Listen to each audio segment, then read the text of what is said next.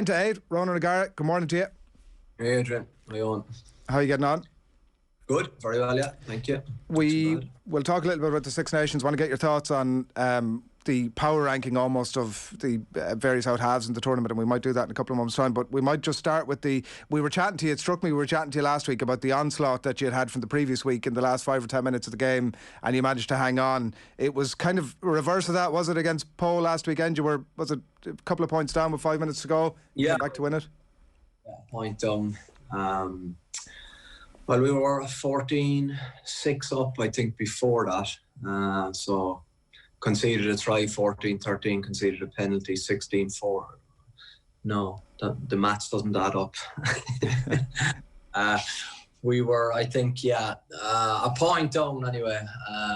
And we got a good scrum penalty. Ohio West kicked a good penalty, and then we scored a try to make it 6 points and a conversion to come in the favourable position, but we missed that. So 6 point lead away from home in the top 14 game is beyond dangerous. So we had to scramble. What was very pleasing was the fact that we controlled and we played probably our best rugby in the last 10 minutes when we were under pressure. So we finished the game strongly. We finished in their 22, so thankfully we, I suppose, controlled possession and took the element of doubt in the crowd and the referee out of the game. So that was quite pleasing. But on to brief tomorrow. It keeps going. There's a crazy, I suppose, league going on in France this year. There's so many teams that can potentially make top 6, and for the first time ever in the history, I think Toulouse lost 6 games in a row, and in the over the 100-year history of the Bouclier. So anything is possible. So it's the 80 minutes, Adrian, really that counts. So you're trying to, just because you play at home tomorrow doesn't mean that you're going to get the result that you're going to be performing. So there's huge interest in the championship this year. Has it settled down for you? Like we haven't chatted to you in a while about the overall your role and how everything's going on that front. Have you found it settled down? Are you into a rhythm of things now? To call it a new role feels inappropriate, but no, gone the other way. How so? It's just I suppose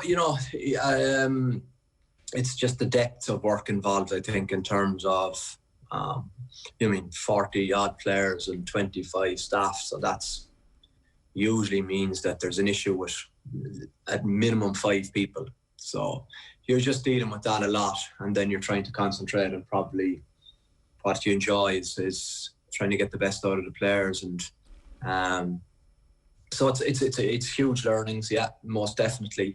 But there's not enough time left for that, I presume, is the point, is it? No, because then that's you're making an excuse. You have to make time for it. That's the reality, and the players have to see you in good form and fresh. And I suppose, the minute I go in, I either give them energy or I take energy away from them. So that's important for me as a leader. And I think there's just, I suppose, so many things. It's consistency of behaviours that fascinates me. There are days where you're just kind of going, oh, this is getting too much for me, but you just got to keep going. And then there's days like in Po away where you have a bus journey and you remember why you loved rugby so much in the first place. So it's just trying to find that. There's a bedding in period, most definitely, and probably establishing where the club wants to go and needs to go, as opposed to a club with a Pro D2 history, as opposed to going into a Toulouse, a Claremont, a Racing, with, I suppose, established history and firepower behind them. So it's really, really exciting. It's really interesting, and it's tiring, but it's brilliant. When you're in those moments where you think it's too much for you, is there a certain trigger that you have? Is there a certain thing that you do to try and snap yourself out of it as quickly as possible? Yeah, there's plenty of, I suppose, tools available, personal tools or personal methods that you just, I suppose, that you have to take a breath and you have to take time and you have to, I suppose, kind of get back on task. And for that, there is a process, there's a procedure, and if I was to reveal that, it would give away what I do to the players. I'm not going to mention that this morning. You take it out on them, is that what you're saying? No, not at all. No. But you just have to. It keeps probably coming back to the model of who gives energy to the project and who takes energy from the project, and then you have to remind yourself that there are so many good people. So let's inspire these people and let's get these people where they need to be, as opposed to spending all your time with people that want to take energy away from the project. It must be annoying at times though, being like, geez, I wish I was just in the background. Yeah, you'd be a liar if you said otherwise. Draining, like. Yeah, exactly. But I think that's the reward of getting involved in sport. I think that what's, I suppose, gives you all those emotions and drive for wanting to achieve something. But yeah, it can be draining, but that's a weak reason to stop doing what you believe in. So you commit to it, you give it your best shot, and then if it's not good enough, then you put your hand up. But there are days when it's so easy, and then there are other days you feel you're doing exactly the same thing and you're banging your head against the wall. But it's nothing different really to being a top class goal kicker in that regard as well. Technically, physically, mentally, you feel like you're doing exactly the same prep and the ball is going one way, and then you just wish you knew why, but you don't. I think that that's what experience tells you, is that when you have bad days, that your bad days are, a 6 or 7 out of 10 as opposed to a 2 or 3 out of 10. And for me, it's the same in coaching. I think you just got to be really true to your behaviours or to your philosophy or to what you believe and how the game should be played. And if that's, I suppose, the message you get across and your players buy into that, then it becomes really powerful. It's raised an interesting question about Munster and the fork in the road there at Ronan. Like Graham Rowntree obviously is there. There are some indications coming now that they'll go back down the director of rugby route over the next while, and that maybe Graham Rowntree finds himself in a head coach position. How important is it in the context of what you've been doing? Obviously, how important is it for him then to have people around him who he knows or he trusts, or people with some experience, I suppose? Yeah, very, very important, because that's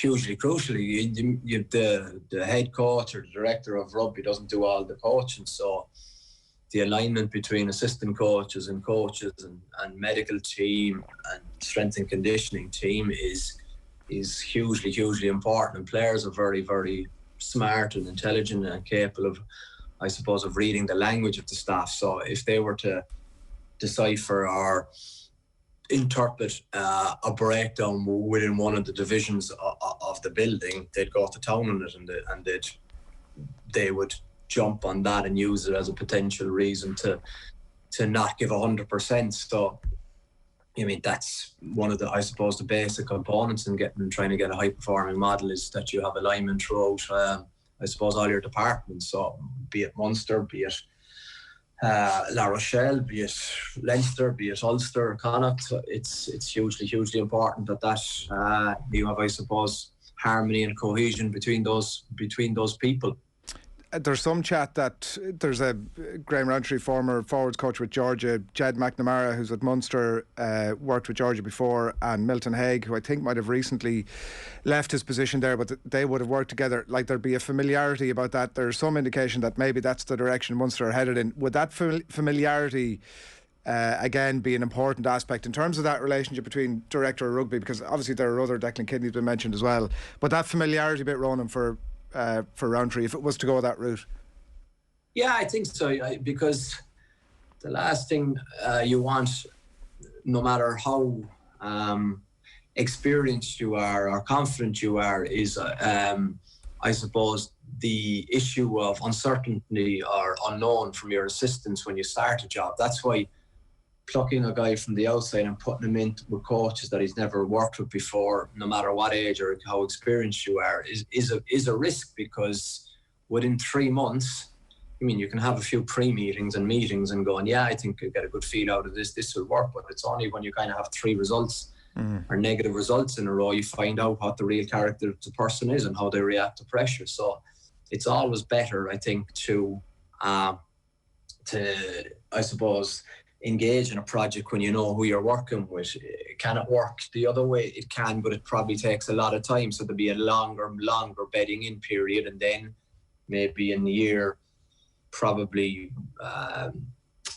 2 or 3, you're probably establishing how we operate and how we get the best out of each other. But in sport, that's quite a long time in certain regards. But I think the key for Munster is probably it would be great to have, I suppose, a project of solidity where it can take off with the right people involved. Yeah. Milton Hague was a name I have to admit I had to Google. In rugby circles, is he known, spoken about? Yeah, he would be. Yeah, he's on the circuit a long time. He's a good reputation and a competitor. And Graham Rowntree is a smart guy and very, very proven. So I think if that's the road they're going, it's very, very important that it's Graham's staff as opposed to Munster's staff. We'll watch with interest, obviously, over the next while. Six Nations, bit of a break week this week, back into England next weekend. Paul O'Connell had some interesting stuff to say yesterday about England being on the verge of a big result. It almost felt, because Eddie Jones is under some pressure, obviously, with the 2 big games to come, it almost felt like Paul was kind of talking to the players as much as anything, his own players as much as anything. In the sense he was saying basically England don't be getting too carried away with the idea that Eddie Jones is under too much pressure or that England are a bad team, that with Ireland and France to come that they obviously still have the possibility of winning this thing.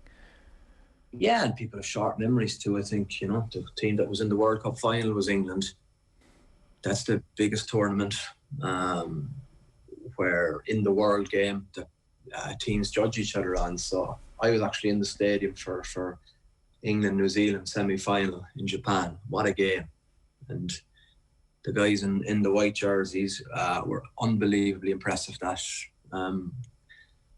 it was a 5 o'clock kickoff, I think, that evening. So it was interesting just to see, I suppose, tactically how they took New Zealand apart, just by kind of varying their point of attack and playing width and speed and tempo in their game and being really good at the ruck and just they were hugely deserving winners. It was by far the better team. So that's obviously a few years ago now, but I think what you can't question with Eddie Jones is that I think he gets his timing right. So England would be ready for Rugby World Cup 2023 in Paris. Or in France. That's for certain. I think he's having a look about whether he can do it without the Vinopolos or not at the minute. I think at any stage they could come back into the team. And it's the two of them, Farrell, Tuolagi. I think for me it becomes a very, very different English team. But, you know, I think England and Twickenham is always, I think no matter who you are, when England play in Twickenham, I would apply for the Irish game, I would say England would be favourites. All right. Is there an evolution? Sandy Farrell said after the Italy game, he was asked about the English stuff and he was talking about, like, almost tongue-in-cheek about New England, in the sense that I think he was saying basically they're still that kind of kicking team. Are you are you seeing anything new about them, or if so, what? I think when you look at them, I think they aren't as accurate as they have been in previous campaigns, and I think it's very understandable because they probably have in Marcus Smith a 10 who's, I suppose, likes taking risks as opposed to traditionally the English 10 in a Wilkinson Farrell mode would be very, I suppose, not risk averse, but very, I suppose, percentage orientated and exiting their half very well. Really, really strong kicking game and a really big focus on a set piece. Marcus Smith, I suppose, comes to life in the unstructured play. He would be very interesting outside Dupont in a blue jersey, I would think, in terms of how he plays the game. So I think in that regard, you have probably a free spirit at 10 who plays, in a more liberated system in Harlequins going into England. And Test rugby is different, and you have to I suppose, understand that it takes a little bit more time and more accuracy and more skill to break down test defences. But what we've seen in his infancy is that he's very, very adept at doing that. And I think it's just, I suppose, for me, they're lacking a little bit of cohesion. Ireland are probably further down the road in their establishing how they want to play the game. But England, I suppose, with the profile of player they have when they have a full deck, are very, very dangerous. It's interesting that you mentioned there that he's a bit different to Johnny Wilkinson, because Wilkinson's been working a little bit with Marcus Smith on the mental techniques and I guess the actual kicking technique as well. Is that a good coaching idea to get somebody involved with a player whose natural instinct, I guess, is different to that player? Yeah, that'd be very interesting to see what the brief is on. If it's for kicking, mental skills around the kicking, then Johnny was incredibly, I suppose, incredibly well taught or well informed on the subject. So in that regard, I think, for understanding, I suppose, the principles of striking the ball and all that, then Johnny is the man for that. If you're looking at probably the phase game or the attack game, I think Marcus Smith might be more suited to the fact that I think his biggest strength is I suppose his instincts. I'm trying to read between the lines of some of the stuff you're saying, and maybe if we ask it slightly differently, then if you were picking a team, right, let's say a Lions team to include all the teams in the Six Nations, who's your starting 10 from the Ntamack, Sexton, Bigger, and let's say Smith is the other option there? And when is the test match? I knew you were going to start asking me, what's the pack? Who are they playing? What sort of style are you going for? Forgetting all that. It's obviously important. I think Johnny is coming to the end of a glittering career. If they're playing now, like they're playing, yeah. Yeah, I think it would probably it's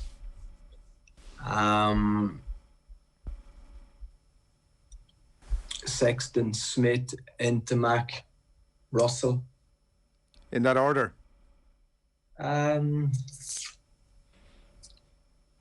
Yeah, if you're playing a test match tomorrow, Johnny is still good enough to play a Lions test match tomorrow. I think he's come back very well from disappointment and not going on that trip. I think that was a hammering blow for him, and I think that's what competitors do. They respond and they kick on, and judging by his performance against, I suppose, Wales and Italy, that it'll be up 2 or 3 notches against England and Scotland, that's for sure. But I think, knowing the competitor he is, for that, Smith isn't anywhere near the finished product. Russell, we can talk about that in depth, but you can see exactly why the difference between having control of your players and not. So the Sunday night before the Saturday game, France-Scotland, Finn Russell was in Bordeaux at 9 o'clock, kicking off for Racing against Bordeaux. So 9:50 half time, 10:05 start the second half, 11 p.m. finished the game, into the dressing room, shower, probably on the bus at 12:30, 1 a.m. To the airport, 2 a.m. flight to Paris, 3:30. There's a flight to Scotland at 9 a.m. Do you sit it out for the 4 hours in the airport, or depending on what airport you are in Paris as well, or do you go home an hour's ride in a taxi and then a 2 hour sleep back into the taxi to get the flight to get to Edinburgh Monday, where all your teammates are already in camp and have had the weekend off. So I think the biggest learning or thing of interest going forward for me is that France are going to be more more and more dangerous as the years go by, and obviously as the campaign goes on, because all the French players are resting in between games, while you look at Finn Russell and you look at Stuart Hogg. One goes to Exeter, one goes to Racing, and they're playing games mentally and physically. It's just too much of a disadvantage. You look at Finn getting criticised in his game against in the game against France, but sure, the guy is sleepwalking around the pitch, and that can happen.